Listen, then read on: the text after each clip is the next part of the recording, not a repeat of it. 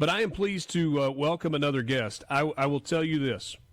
If my business card read the way Anat Sultan-Dadon's business card read, I would just stop. Consul General of Israel for the Southeastern United States. That is a fantastic business card. Please correct me if I did not pronounce your name correctly. You did great. Good morning. Good morning to you as well. Thanks for being with us. It's such an interesting topic. The relationship between Israel and the United States, we know for the United States, is an incredibly important one. But we think about that relationship in national terms. Tell me about this role and the relationship that you are working to build on behalf of Israel with states and regions of the United States as opposed to just the country as a whole. So you're absolutely right. For the past almost 77 years, we will soon celebrate 77 years of independence. Since the establishment of the modern state of Israel, the United States was the first to recognize our independence, and we have been fortunate to have incredibly strong relations throughout those years.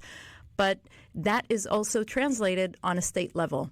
And from our consulate in Atlanta, we cover 7 southeastern states, and we are blessed really to be in a region where we have so many incredible friends and partners. And the great state of Mississippi is a shining example of a state that has consistently stood by Israel, with a state with which we have incredibly strong, close relations.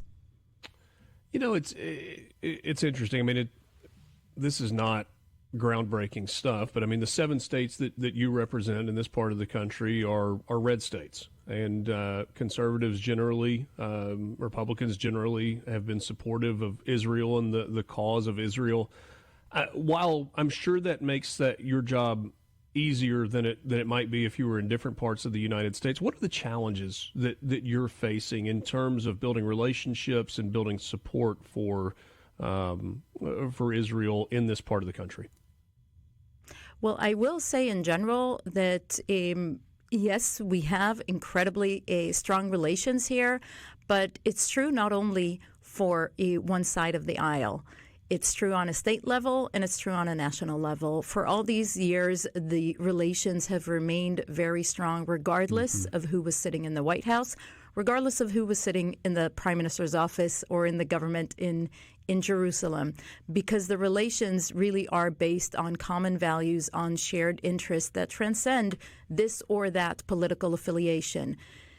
We face challenges, I would say, in general, not due to the majority of the American people or even the majority of the political map. There is a minority, and we've certainly heard a very loud minority over the past 16 months since the October 7th attack on Israel and the ensuing war. But I don't believe that minority that is busy criticizing Israel instead of criticizing terror, I don't believe that minority speaks for the overwhelming majority of Americans. What about college campuses? I mean, much of the anti-Israel protests that we saw, or the pro-Palestinian or pro-Hamas protests that, frankly, are just sickening, those were happening on college campuses. Some of that is independent thinking of young people who are still trying to kind of figure out that way. Some of that, unfortunately, is indoctrination that comes from professors that are teaching at some of those schools. When you look at the role that college students and college campuses play in the relationship between Israel and the United States, where do you start with that? I think what we've all witnessed is something very dangerous. There are those who are driving a hate-filled agenda, an agenda that supports terror, an agenda that not only opposes and is anti-Israel, but it is in fact anti-American and anti the values that we all share. They are driving that agenda and using students and the fact that there is widespread ignorance. And they are selling lies, they are selling false narratives, and they have garnered support and attention by those who really do not understand what it is that they're supporting. Because when these demonstrators are receiving the praise of the Iranian terror regime, of Hamas and Hezbollah terror leaders, that really tells you all you need to know about what it is that they are aligning themselves with. And this is certainly of concern to Israel, to the Jewish community that is being targeted, but it should really be of grave concern to every single American, because this extends far beyond Israel and the Jewish people. This is about the free world and a radical Islamist ideology that is attempting to sow their vision of hatred here in America.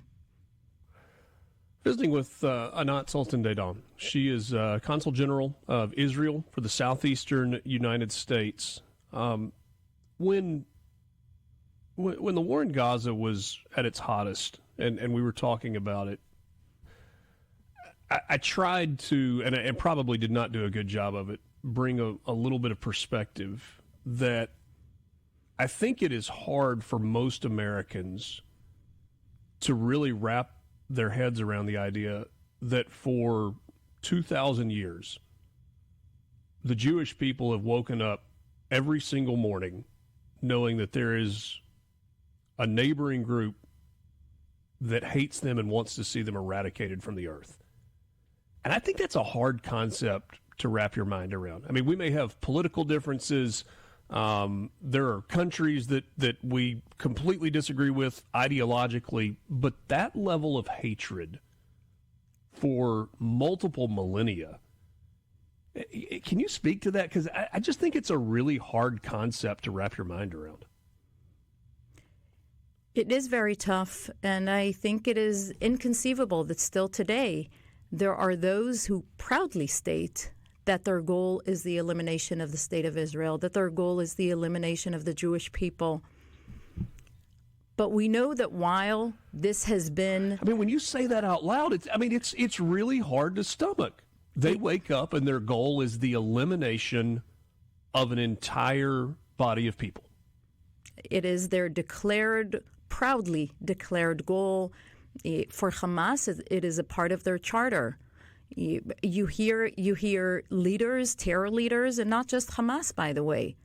The Houthi terror organization in Yemen, another Iranian-backed terror organization, because Iran is standing behind all of these terror proxies, funding, guiding, training, supporting. The Houthi flag literally states on the flag, "Death to Israel, death to America." This is what these people stand for. This is what their radical Islamist ideology is about. And you're right, this is not the first time that the Jewish people has seen enemies that sought our destruction. And yes, it is a tough reality. But the bigger picture for us is we know that we have seen all of those enemies, and they are now confined to the pages of history while we are still here. So we know that we will overcome this enemy as well. Anat, so back to kind of your job in terms of building relationships in this part of the United States, the Southeastern United States, as Consul General of Israel for this part of the country.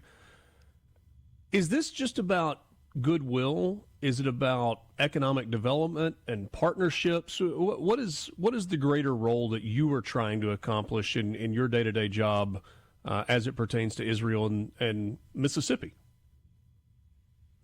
Well, I think that our close relations provide the perfect basis from which we can build and realize more potential in different fields, in the economic sphere, in the academic sphere, in research, in so many fields where we have collaboration, but there is so much more room to grow, and that is a part of the conversations that we're having.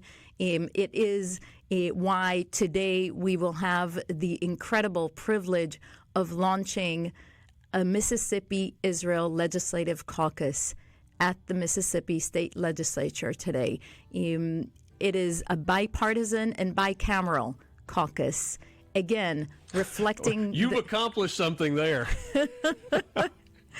But this is really where we should be at. Israel should not be, and the relations with Israel should not be a partisan issue, because in the end, we are all united in what brings us together, in the values that we all cherish, whether we stand politically here or there. and in the interest and in what we seek to promote. And that is what this caucus hopefully will help to do, to explore ways to further collaborate and strengthen our relations for the benefit of Mississippi and the people of Mississippi and Israelis. Anat, thank you so much for your time. I enjoyed the conversation this morning. Wish you all the best and safe travels. Thank you so much.